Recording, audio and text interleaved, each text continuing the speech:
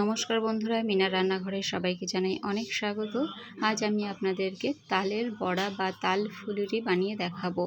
একদম ফুলকো আর নরম হবে। তো চলুন ঝটফট দেখে নেওয়া যাক। আর ভিডিও শুরুতেই বলে রাখি, ভিডিওটিকে স্কিপ করবেন না, স্কিপ না করে পুরো ভিডিওটি দেখতে থাকুন। এখন তালের সিজন, আর আপনাদের যাদের তালের বড়া বানাতে অসুবিধা হয় তারা এই ভিডিওটা দেখে নিন। তো ফ্রেন্ডস, আমি এখানে 3টে তাল নিয়েছি, আর তালগুলো ভালো করে ধুয়ে তারপরে এই তালের খোসাগুলো আমি এভাবে ছাড়িয়ে নিচ্ছি। তো এখানে 3টে তাল আছে, তো 3টে তালই আমি এভাবে খোসাগুলো সব ছাড়িয়ে নেব। আপনারা যদি তালের কাত কিভাবে বার করে সেই ভিডিওটা দেখতে চান তাহলে আমাকে কমেন্টে জানাবেন, আমি নেক্সট ভিডিও তালের কাতটা বার করে দেখাবো। তো আমার তালের খোসাগুলো ছাড়ানো হয়ে গেছে প্রায়। তা আমি তালের কাতটা বার করে নিয়েছি, আর এরপরে দিয়ে দিচ্ছি 4 থেকে 5টা কলা। আর কলাটা দেওয়ার পরে এরপর দিয়ে দিচ্ছি সুজি।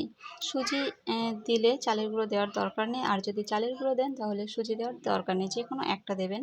আর এরপরে দিয়ে দিচ্ছি ময়দা, আর এরপর দিয়ে দেবো চিনি। চিনিটা আপনাদের স্বাদ অনুযায়ী দেবেন, যে যেমন মিষ্টি খেতে পছন্দ করেন সেক্ষেত্রে কম বেশি বাড়িয়ে দেবেন। আর এরপর এগুলো আমি ভালো করে মিশিয়ে নিচ্ছি। মিশিয়ে তারপরে আমি এর মধ্যে দিয়ে দেব স্বাদ অনুযায়ী নুন। এবার দিয়ে দিচ্ছি নুনটা দিয়ে আমি ভালো করে মেখে নেব। তালের কাজটা আমার মাখানো হয়ে গেছে। এবার একটা ঢাকনা দিয়ে আধ ঘন্টার জন্য ঢাকা দিয়ে রেখে দিয়েছি।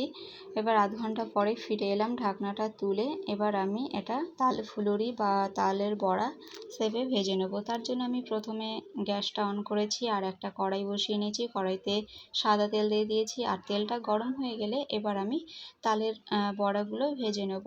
তো এভাবে হাত দিয়ে কেটে কেটে আমি তেলের ভেতরে এটা ছেড়ে দিচ্ছি। আর এই পর্যায়ে অবশ্যই গ্যাসের ফ্লেমটা কমিয়ে রাখতে হবে, লো ফ্লেমে রাখতে হবে, কারণ হাইতে থাকলে কিন্তু এটা দিতে দিতেই পুড়ে যাবে। তাই এই ফুলুরিগুলো বা বড়াগুলো সবগুলো দেওয়া হয়ে গেলে তারপরেই আমি গ্যাসের ফ্লেমটা লো থেকে মিডিয়ামে রাখবো। আর এভাবেই আমি মিডিয়াম ফ্লেমে রেখেই তাল ফুলুরিগুলো ভেজে নেব। তো এখন তো তালের সিজন, কম বেশি সকলের বাড়িতেই তালের বড়া হয়ে থাকবে বা হয়ে থাকে। তো যাদের এই তালের বড়া করতে গেলে এটা শক্ত হয়ে যায়, ঠান্ডা হয়ে গেলে শক্ত হয়ে যায়, কিংবা ফোলে না ভালো, তারা যদি এই পদ্ধতিতে এই তালের ফুলুরি বা তালের বড়াটা করে, আশা করি এটা নরম হবে আর খেতেও টেস্টি হবে। তো আমি এভাবে বড়াগুলো ভেজে নেব।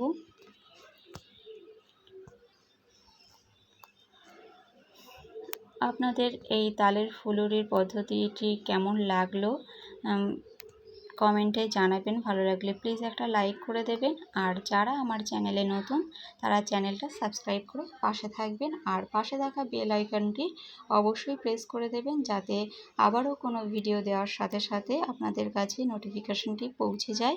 আর যারা অলরেডি আমার চ্যানেলটিকে সাবস্ক্রাইব করে আমার পাশে আছেন তাদেরকে অনেক অনেক ভালোবাসা।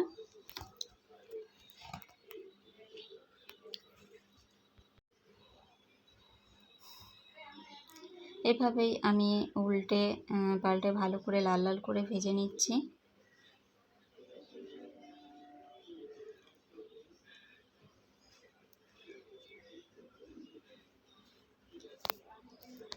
আমার ভাজা প্রায় শেষের দিকে, এই যে লাল লাল হয়ে গেছে। এবার আমি এটা তুলে নেব। দেখুন পুরো ভাজা একদম কমপ্লিট। এবার আমি তুলে নিয়ে ভালো করে তেল ঝরিয়ে একটা পাত্রে রেখে দেব।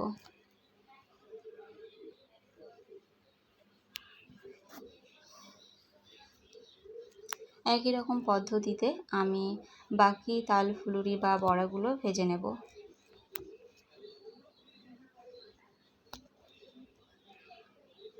তো সবগুলো আমি তুলে নিচ্ছি, ভালো করে তেলটা ঝরিয়ে তুলে নেব।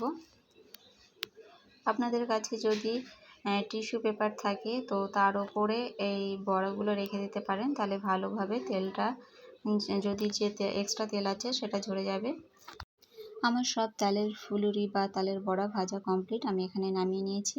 তো আজকের মতো এখানেই শেষ করছি ভিডিওটা। দেখা হবে পরের দিন অন্য কোনো রেসিপির সাথে। ততক্ষণ সবাই ভালো থাকবেন, সুস্থ থাকবেন। নমস্কার।